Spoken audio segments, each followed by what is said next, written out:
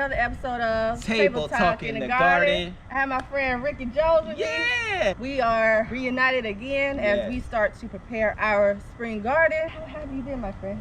I've been doing well. Having fun learning things in the garden as well as watching YouTube things too. So I'm excited for the spring to come, right? Because this is like my first real spring gardening and knowing what I'm doing. So learning from your experiences, right? Correct. So how has your garden been since my last advice, as far as the last time I was over, like feeding your plants? No, it's been good. It's been good. I've been learning about different fertilizers and things like that to use. Even in watching, because I'm doing some greens right now like you did, so watching those videos on what you did to do what I do. So no, it's been cool. It's been very helpful, and I'm excited for you to come over again because I have some other ideas and things that I need your hands and thoughts on. So we're gonna see. But no, definitely I have learned a lot. Appreciate your videos and all that good stuff. So that's the whole point of my video. Just provide visual content, because I'm a visual learner. So just to provide visual content for any new beginners, maybe people who have been gardening for a couple years. As far as a new technique or two techniques that I will be using in my garden this year and in the future. It's very nice. It's called square foot gardening. Wow. So you and your hubby, you and my brother Floyd put this together? Yeah, including you. Nice. So don't count stuff. Nice. I was company. So what the whole point of the square foot, well, let me ask you this. Okay, so let's compare this raised bed from this raised bed, okay? So would you get overwhelmed with this raised bed trying to figure out how many plants can actually grow? No, I'll be trying to look up and research if I'm growing beans, like how much space it needs to be apart from the other beans, and then how much space in between the rows, like all of those different things. True. So as far as square foot gardening, it's already kind of mapped out for you. So this is lengthwise 6 foot long, and widthwise is 4 feet long.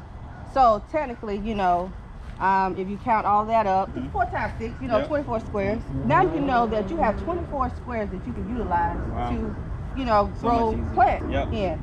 That website that I use, you can use that also to help plan out during the winter time. You can use that to help plan out your raised bed. So I love that, because the more I expand, the more overwhelmed I got, because it's like now I have all these empty raised beds, and I haven't done the layout for the rest of them, but now I have all of these raised beds. I didn't know how many plants I needed to grow or start from seed. Now I know that I can use the website, and I'll show you guys in this video.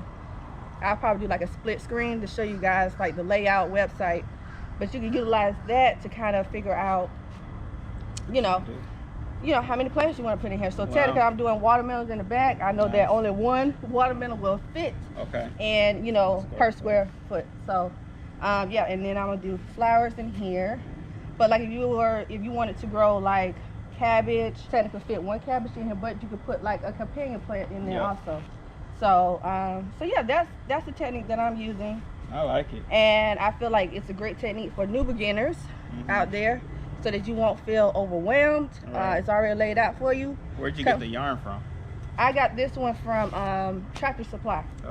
Yeah, and it's specifically for gardening. For gardening. It's twine. It's basically twine. Gotcha. So that's one way that you can maximize, your growing space. They say gardening heavily by planting different, plants in there, and then doing companion planting also, to kind of maximize your growing space. So that's one way we can maximize our growing space. And then the second one is adding trellises, vertical trellises to your garden. So I like it. We actually did that today. We used the T-post, and then we added the cattle panel. And most people out there know about this technique of adding the T-post, putting down into the ground, and then just adding the cattle panel using zip ties to secure it. We actually put this up today. This is the arch that I will be utilizing for growing beans, flowers, I don't know, I have to figure out what variety I'm going to grow on here, but whichever varieties are vine. They grow on vines. I'm going to put these on the cattle panels, and yeah. I like this. Yeah. And I'm a little skeptical of stuff growing on this and walking up under it, but why? Because I don't know. Like I have squirrels and stuff in the yard, and I would hate it if one of them fell on me, or if a lizard fell on me while I was out here. Now I'm not scared of lizards. I just don't know what I would do if they fell on me. So I'm excited to see how this turns out for you. Okay, but I don't think I would plant heavily on here to, you know, attract those, you know. I mean, lizards gonna come and go. Right, lizards, right. But like if I give it like space in between, I feel like I will be, you know, good. So yeah, so those are like the 2 tips. Now we have 3. Well, 2 types. Yeah, 2 types. But this is different than that one. Right. This is more of like an arch, and then you know the vertical trellising. Right. So would you feel like you would use this technique? Yeah. Yeah. Yeah. No, I feel like I would do the square foot gardening. That is very awesome. You get a lot of bang for your buck. Right. So. Even corn. When I went on the website, they suggested put 2. In a square foot space. To help with that pollination. Wow. Yeah. They suggest not to do in the rows because, you know, you may have corn. Usually the corn on the cobs grow like outward. Yes. So you having it in a row, that's not going to help pollinate, you know, each of the plants. So if you have like one row right here and you do another row right here, that's going to help pollinate each of the plants. So there's different reasons and techniques and things that you can do with it. Right. I dig that. Yeah. No, I like it. And like I said, I'm gonna be watching you with this art. I have my you know, my reasons why not. But there's nothing wrong with that. I'm watching. I'm gonna love it. I'm gonna enjoy it. I'm open. I am open. Okay. Well, I'm going to enjoy mine. Yeah. Once over here? What you doing? It's like another vertical trellis. It's a little shorter than this one over here. Gotcha. But yeah, these are the extra pieces that I had left over from cutting that one. So I placed one right here and then one over here. That's going to allow me to grow, basically maximize my space. How many cow panels did you have to use to make this all happen? I only had 2. Nice. I had 2 cattle panels. Both of them were 16 feet long. Nice. Now we kept that one whole as far as like doing the arch, but the other one we cut up at 6 feet back there, and then the remaining pieces we just, you know, placed. We took off a couple extra inches, and we just placed them into these raised beds right here. So, how tall is that? I mean, if I'm 5'7", and you know, on a good day, it's probably about 6 foot, 6.5. Yeah. But yeah, like today I just wanted to show you and my viewers, you know, 2 options that you can use to, you know, maximize your growing space. Yeah. Even though I have expanded this year, but this is it. This I plan on just this being it. So seriously? Yeah. I'm not adding no more. No more. Not right there. You can add one. I mean, I was thinking about, but if I do, it's gonna be very small. But like the larger ones, no. So Lalascrops is not adding another raised bed. No, I can sign that today. Wow. Yeah. Wow. No, I'm not adding anymore. Wow. But I think the reason why I added, and I was learning, the reason why I added extra raised beds is so that I can have the option of rotating my crops, which is important. You don't want to keep on planting the same type of plant. It's going to promote more pests in that area. So I can just switch things up from time to time and, you know, go from there. So yeah, that's the plan. I think I have the layout done and completed, and now I can just enjoy, you know, growing the seedlings. Like I said, now I know how many flowers, like zinnia flowers, I need to grow. So technically, if I want to fill up that whole row, I need to grow 6, or I grow a little extra just in case the plants don't do well.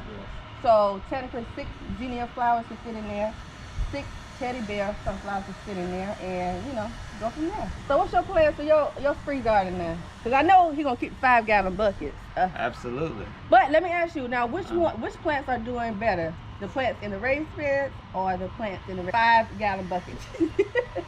You don't have to think about it now. In the raised beds, they are doing better. What? Say it again. But I believe. Say it again, Ricky. I believe it's because I've been moving the buckets around. That ain't got nothing to do with it. That's your whole point of the reason why you want to. That's a benefit, but I think that's also been a part of it. Once I establish a look, I'll be good to go. No, I'm telling you. You already said it, because you got collard greens, kale. Right. They are doing better in the raised beds, right? Correct. Right. And I feel like currently, but I feel like they're gonna always thrive in a raised bed, because I feel like, you know, the 5-gallon buckets, you have to replenish back those nutrients a little bit more, you know. So, but yeah. So far, you know, since our last video, the raised bed team is winning thus far. Would you say that? Yeah, I think I would say that. I would say there's more raised bed team members than 5-gallon Call it what you want. Call it what you want, but we'll say it that way. The plants that are in his raised beds are doing pretty well, or have more growth than the ones in the 5-gallon buckets. So yeah. Yeah, I mean, but you know, we'll keep track. Right, time will tell. You know, we'll check in December. Wait, all the way in December? Well, we got spring. Exactly. So let's come back together spring. Okay. You know, when we have, you know, our little setups up and going and our plants growing. I'm cool with that. And because you're going to take those out, right? You're not keeping them, or are you keeping them? I don't know. That's why I got to have you over to see what we can do. Oh, okay. All right. Because you're the collar lady. Well, you see how mine doing. Other things. But good. I actually, a little tip, you guys, I actually moved my collard greens. They were back here, but, you know, I don't know where my mind was, and that's one thing you have to think about as far as positioning certain plants and how tall they grow. I plan on keeping these collard greens in here, so I know the potential that they can grow up to. Yeah. So, you know, I wanted to grow, you know, other things in here, and I realized that, you know, they're not going to reach the height of 3 feet tall, basically. So I had to reposition them from the front to the back, so that now they want to grow 3 feet tall. Good. Now I can plant other things on the front, in the middle. See, so are you growing more seedlings this go around? Yes. I have a seed starter tray that I'm doing outside, and so my goal is to plant from seeds and then plant the seedlings into the areas. Okay. So I hope you guys enjoyed today's video of Table Talk in the Garden with my friend Ricky Jones. What's up? Showing you 2 methods that you guys can use in your garden, also called the square foot gardening, and of course adding, you know, vertical trellises to your garden to kind of maximize your growing spaces. So, and of course the arch back here. As you see, the arch now. The beautiful arch. That looks beautiful. Thank you. Even naked, it looks beautiful. Right. So just imagine your vegetables and flowers on it. I'm excited. Wonderful. All right now. I'm gonna be watching.